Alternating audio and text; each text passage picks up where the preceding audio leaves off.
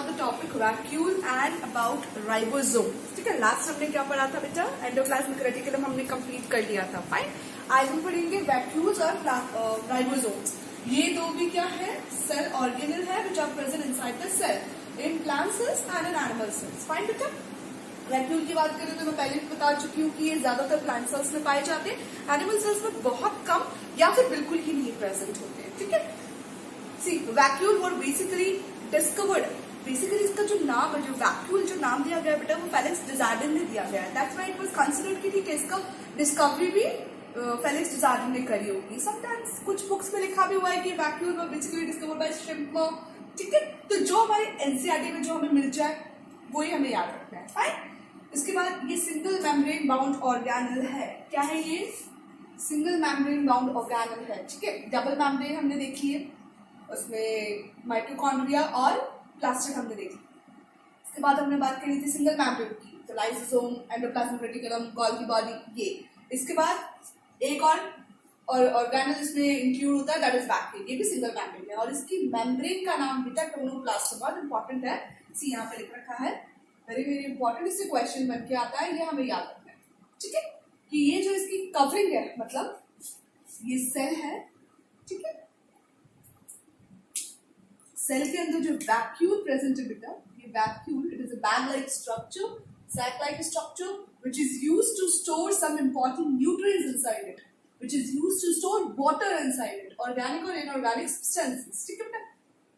तो ये जो ग्रीन कलर के मैंने मार्कर से आपको ड्रॉ करके बताया, ये वैक्यूल की क्या है? Outer lining. फाइन. तो ये जो लाइनिंग है बेटा, ये जो मेम्ब्रेन है, जो कवरिंग है, ये टोनोप्लास्ट कही जाती है. ठीक है. ये हमें याद रखना है, बहुत इंपॉर्टेंट है. इसके बाद आप देखिए, mainly found in plant cells. Plant cells में तो ये 1 इन नंबर और max to max 5 to 10 in numbers भी होते हैं. राइट. इसके बाद बात करें, ये एनक्लोज्ड कंपार्टमेंट है. ये एक तरीके का कंपार्टमेंट है बेटा, जो कि कैसा है? क्लोज्ड है, कहीं से भी ओपन नहीं है. जैसे सेल की बात करूं तो सेल वॉल में क्या थे? ओपनिंग्स थे बीच बीच में. फाइन.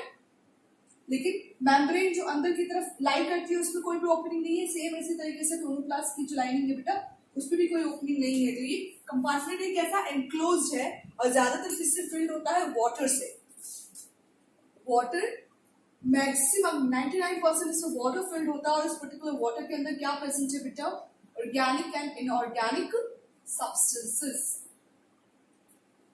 ऑर्गेनिक और इनऑर्गेनिक मतलब स्टार्च, शुगर और एसिड्स, कई सारे एंजाइम्स, ये सारी इंपॉर्टेंट चीजें इसके अंदर भरी हुई रहती है, जो कि तब काम आती है. पर्टिकुलर सेल उसको तब यूज करता है बेटा जब प्लांट्स की मैं बात करूं, लाइक जब sometimes when sunlight is not available properly, या ड्यूरिंग नाइट टाइम, नाइट के दौरान जो डार्क रिएक्शन चलती है, तब इसमें से वो पर्टिकुलर सब्सटेंसेस लिए जाते हैं, सेल यूज करती है. जब पर्टिकुलर सब्सटेंसेस या पर्टिकुलर मॉलिक्यूल्स या और न्यूट्रिएंट्स की जब कमी पड़ जाती है सेल्स को, तब वो कहां से लेती है? इस स्टोरेज बैग से लेती है. ठीक है बेटा. इसका फंक्शन क्या है? मटेरियल्स को स्टोर करके रखना. कौन से मटेरियल्स से मैंने यहाँ लिख रखे? Organic and inorganic molecules, sugars हो गए, एसिड्स हो गए. ठीक है. उसके बाद ये रिजिडिटी एंड टर्जिडिटी प्रोवाइड करती है सेल्स को. सी वाटर इसके अंदर फिल्ड है. ठीक है. अगर वाटर फिल्ड है, मतलब जैसे कि बैलून को अगर आप देखें, it takes it as a balloon. ठीक है. बैलून के अंदर जब पानी नहीं भरा होता तो कैसा होता है? फ्लैटेंड होता है. पर जैसे जैसे हम उसके अंदर वाटर फिल करते रहते हैं, तो वो इस तरीके से टर्जिड हो जाता है. उसकी जो वॉल्स है वो बिल्कुल स्ट्रेटन हो जाती है और उसको एक शेप मिल जाता है. सेम इसी तरीके से जब वैक्यूल के अंदर पानी भरा हुआ रहता है, वाटर फिल्ड रहता है, पूरा वैक्यूल फिल्ड रहता है, तो सेल को भी अपनी एक शेप मिली रहती है. सेल की एक टर्जिडिटी बनी रहती है, एक प्रेशर बना रहता है उसके अंदर. फाइन. और वर्किंग सेल के अंदर प्रॉपर होती रहती है इस वजह से. अदरवाइज सेल कैसी हो जाएगी? सेल बिल्कुल बताया था, प्लाज्मोलाइज्ड कंडीशन हो जाएगी. सेल बिल्कुल फ्लैटेंड हो जाएगी, चिपक जाएगी.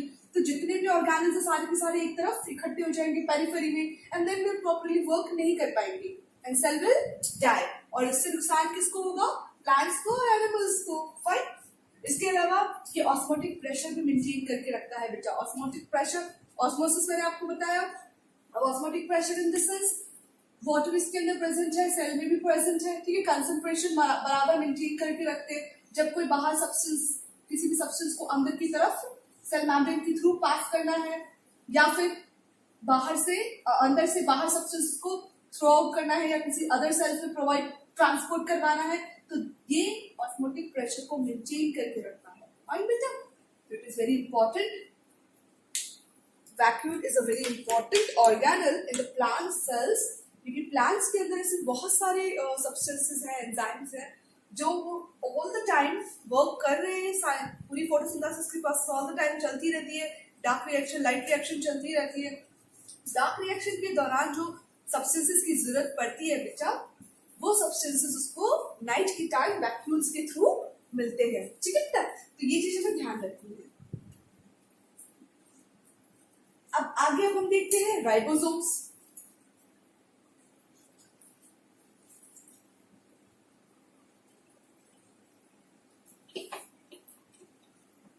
वैक्यूम के से रिलेटेड इससे इंपॉर्टेंट सबसे इंपॉर्टेंट क्वेश्चन बस यही आता है कि इसकी मेम्ब्रेन का नाम क्या है और इसके फंक्शंस क्या हैं। प्रेशर मेंटेन इस तरह से करके रखिए कि भाई कितने सब्सटेंसेस को अंदर एंटर करना है, कितने सब्सटेंसेस को जो एडजॉइनिंग में जो सेल्स प्रेजेंट है, कितने सब्सटेंसेस को ट्रांसपोर्ट करना है। तो इस तरीके से प्रेशर मेंटेन करके रखती है ये सेल का। चलिए अब आगे बढ़ते हैं हम राइबोसोम्स की तरफ। राइबोसोम्स को सबसे पहले किसने देखा? सी, जब इलेक्ट्रॉन माइक्रोस्कोप स्टार्ट मतलब बनना शुरू हो गया था, मतलब उसके लेंसेज प्रॉपर बनना स्टार्ट हो गए थे इलेक्ट्रॉन माइक्रोस्कोप में, जब फर्स्ट उसकी जो यूनिट आई थी तब उसको देखा गया था जॉर्ज एमिल पैलेट ने राइबोसोम्स को सेल्स में तब देखा गया। लेकिन जब फर्दर और लेंसेज को मैग्नीफाई किया गया, बहुत अच्छे से उसका मैग्निफिकेशन बढ़ा, तब जाके दोबारा रिचर्ड बी रॉबर्ट ने जब उसको दोबारा देखा होगा तो उसको नाम दिया राइबोसोम। ठीक है, राइबोसोम का मतलब है राइबो न्यूक्लियो प्रोटीन। ठीक है, राइबो न्यूक्लियो प्रोटीन। तो इसको अपन कई बार इसको बोला भी जाता है कि राइबो न्यूक्लियो प्रोटीन पार्टिकल्स। ठीक है, मैं यहाँ लिखा हुआ है small ribonucleoprotein particles, मतलब इसमें ribose, sugar, nucleic acids and protein, इन सब से मिलकर बना हुआ है ये राइबोसोम की यूनिट। फाइन बेटा, इसको बोला जाता है it is a small ribonucleoprotein particles. See, DNA का फुल फॉर्म क्या है? Deoxyribonucleic acid. इसका मतलब उसमें deoxyribose sugar, nucleic acids और प्रोटीन्स प्रेजेंट है। राइबोसोम और आरएनए का फुल फॉर्म क्या है? Ribonucleic acid. ठीक है, तो राइबोसोम्स किसकी यूनिट है?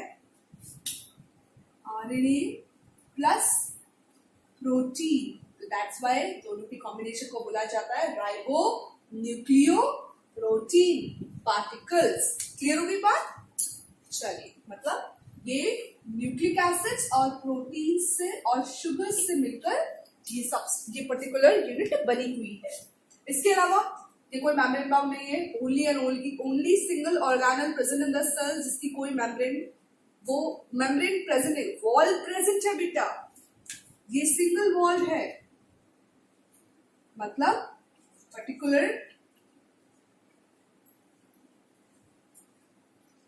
इस तरीके से राइबोसोम की यूनिट को इस तरीके से अपन डिनोट करते हैं। तो इसकी जो आउटर कवरिंग है वो तो प्रेजेंट है, लेकिन मतलब इसकी एक पैकिंग तो है जिसको वॉल बोलते हैं, बट वो मेम्ब्रेन नहीं है। मेम्ब्रेन इन द सेंस किसकी बनी हुई नहीं है? लिपिड्स प्लस प्रोटीन्स की बनी हुई नहीं है। समझ में आई बात? फ्लूइड मोज़ाइक मॉडल पढ़ा चुकी हूँ बेटा। चीजों को एक दूसरे के साथ कोरिलेट करके पढ़ना सीखो। मेम्ब्रेन का मतलब है वो मेम्ब्रेन जो किससे बनी हुई है? लिपिड्स एंड प्रोटीन्स से। राइबोसोम्स के पास में मेम्ब्रेन नहीं है, राइबोसोम के पास में सिर्फ और सिर्फ वॉल है जो कि उसके ही प्रोटीन पार्टिकल से मिलकर बनी है। So we can call it as membrane. Membrane होती तो उसमें लिपिड्स और प्रोटीन्स दोनों होते हैं, जिस तरीके से सेल मेम्ब्रेन बनी हुई है। सेल मेम्ब्रेन में लिपिड्स एंड प्रोटीन्स दोनों है, बट यहाँ पे इसके पास लिपिड्स एंड प्रोटीन्स की मेम्ब्रेन नहीं प्रेजेंट है। फाइन बेटा? चलिए, इसलिए इसको बोला जाता है नो मेम्ब्रेन बाउंड। इसके बाद ये स्फेरिकल बॉडी, मैंने अभी आप लोगों को इसका स्ट्रक्चर बना के दिखाया, फिर से मैं और क्लियर तरीके से इसका स्ट्रक्चर बना के दिखा देती हूँ, बिकॉज इसी स्ट्रक्चर के अकॉर्डिंग मुझे आपको आगे समझाना है। चलिए, स्पेरिकल बॉडीज होते हैं। इस तरीके से दो स्ट्रक्चर इसलिए बताए हैं बेटा बिकॉज हर एक बेसिकली टू टाइप्स के राइबोसोम्स प्रेजेंट होते हैं। एक होता है 70S राइबोसोम्स और एक होता है 80S राइबोसोम्स। ठीक है, प्रोकैरियोटिक सेल के अंदर 70S राइबोसोम्स प्रेजेंट होते हैं। ये चीजें हमें याद रखनी है। जो प्रोकैरियोटिक सेल्स जो प्रेजेंट होती है, मतलब जो प्रिमिटिव एनिमल्स हैं, जो एडवांस एनिमल्स नहीं है, लाइक हम जो प्लांट्स हैं, एनिमल्स हैं, एनिमल किंगडम के अंदर जितने भी एनिमल्स प्रेजेंट होते हैं वो प्लांट किंगडम के अंदर जितने भी प्लांट्स प्रेजेंट है वो सिर्फ और सिर्फ किसको छोड़ के, मोनेरा, प्रोटिस्टा, ठीक है, एल्गी, बैक्टीरिया, इन सबको छोड़ के जितनी भी फाइलम्स और क्लासेस है बेटा वो सब यूकेरियोटिक सेल्स के बने हुए। मतलब यूकेरियोटिक सेल्स मतलब उनका साइज प्रोकैरियोटिक सेल्स से ज्यादा होता है। यूकेरियोटिक सेल्स के अंदर न्यूक्लियस प्रेजेंट होता है। ठीक है, they having their own DNA molecules, proper DNA, chromosomes. फिर प्रोकैरियोटिक सेल्स के अंदर अगर हम बैक्टीरिया की बात करें बेटा तो उसमें न्यूक्लियस नहीं प्रेजेंट होता, सबसे पहला इंपॉर्टेंट। दूसरा, प्रोकैरियोटिक सेल्स की साइज 0 to 10 या 20 माइक्रोन्स रहती है, लेकिन अगर यूकेरियोटिक साइज की बात करें तो 100 से 200 माइक्रोन्स वेरी करता है, साइज बड़ा होता है। यूकेरियोटिक सेल्स की साइज प्रोकैरियोटिक सेल से थोड़ी बड़ी होती है। इसके अलावा बात करें तो जो ऑर्गेनल्स हमने देखे, lysosome, endoplasmic reticulum, Golgi bodies, ये सारे जो ऑर्गेनल्स है बेटा वो प्रोकैरियोटिक सेल्स में नहीं पाए जाते, यूकेरियोटिक सेल्स में पाए जाते हैं। ठीक है, ये बहुत इंपॉर्टेंट है, डोंट वरी, टेंशन नहीं लेना। प्रोकैरियोटिक एंड यूकेरियोटिक सेल्स के रिगार्डिंग मैं आपको प्रॉपर एक टेबल बना के दूंगी, डिफरेंस में आपको लिख कर दूंगी, अभी सिर्फ आप समझ लीजिए। यूकेरियोटिक सेल्स के अंदर 80S राइबोसोम्स प्रेजेंट होते हैं और इन दोनों ही राइबोसोम्स के सब यूनिट्स प्रेजेंट होते हैं। ठीक है, each ribosome is made up of 2 सब यूनिट्स, फर्स्ट सेकेंड 2 सब यूनिट है और दोनों सब यूनिट में से एक होती है लार्जर सब यूनिट और एक होती है स्मॉलर सब यूनिट। समझ में आई बात? यहाँ पे जो S है बेटा, ये S डिनोट करता है स्वेडबर्ग यूनिट।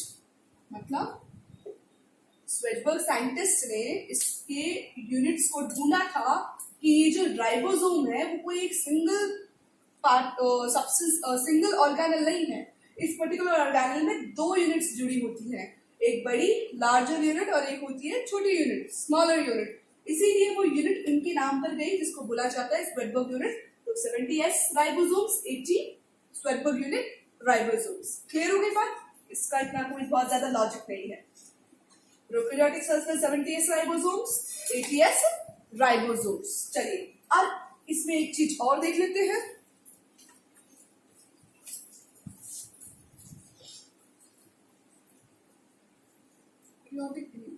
आपको स्मॉलर यूनिट और यहाँ है लार्जर यूनिट। स्मॉलर यूनिट भी कितने स्वेडबर्ग यूनिट की है वो भी आप देख लीजिए एक बार। 70S और ये है 80S। ये प्रोकैरियोटिक सेल्स का राइबोसोम, ये है यूकेरियोटिक सेल का राइबोसोम। ठीक है, अब आप देखिए 70S की जो स्मॉलर यूनिट है वो 30 स्वेडबर्ग की होती है और इसकी जो लार्जर यूनिट है वो 40 स्वेडबर्ग की। सॉरी, मैंने टेबल उल्टा बना दिया।